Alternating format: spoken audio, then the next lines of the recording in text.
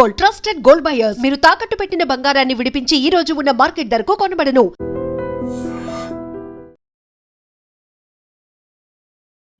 Welcome to IT news. This is Pawan.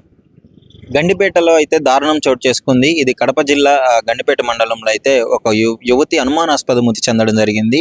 అంటే ఒంటి మీద ఒక్క నూలు పోగు లేకుండా ఆ యువతి అక్కడ మరణించడం జరిగింది. అసలు ఏంటి అని వివరాల్లోకి వెళ్తే, ఆమె బీటెక్ చదివే విద్యార్థిగా చెప్తున్నారు. అదే వైష్ణవి ఆమె పేరు.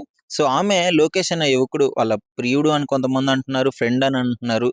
మరి ఆయన బండెక్కి అయితే వచ్చింది గండిపేట దగ్గరికి. సో గండిపేట దగ్గరికి వచ్చినప్పుడు సీసీటీవీ ఫుటేజ్లో అయితే ఆమె రికార్డ్ అయి ఉంది, కానీ వెళ్ళేటప్పుడు మాత్రం సింగిల్గా వెళ్ళడం జరిగింది.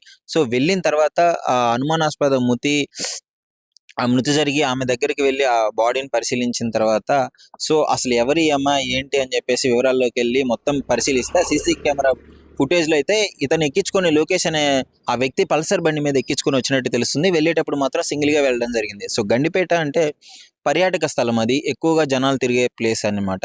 సో అక్కడ ఇంత దారుణమైన ఘటన జరగడము, ఆ జమ్మలమడుగులో అయితే ఆ ఉద్రిక్త వాతావరణం అయితే నెలకొనింది. అసలు ఏంటి, ఎందుకు చంపాడు అనే వివరాలు అయితే తెలియాల్సి ఉంది. ఆ వ్యక్తిని అయితే పోలీసులు పరిగణలోకి తీసుకొని పట్టుకోవడానికి అయితే ట్రై చేస్తున్నారు. సో ఆయన అయితే ఇప్పుడు పోలీసుల అదుపులో అయితే లేడు. ఖచ్చితంగా అదుపులోకి తీసుకోవడానికి అయితే పోలీసులు గాలింపు చర్యలు అయితే చేపట్టారని చెప్పొచ్చు.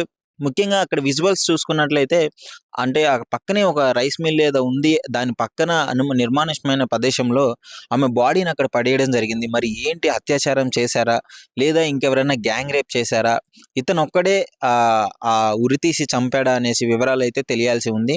ముఖ్యంగా పోలీసుల అంచనా ఏంటి అంటే, ఆమె దుస్తులతోనే ఆ ఉరిదీసి అతి కిరాతకంగా చంపి అక్కడ పడేసి వెళ్ళిపోయాడని అయితే తెలుస్తుంది.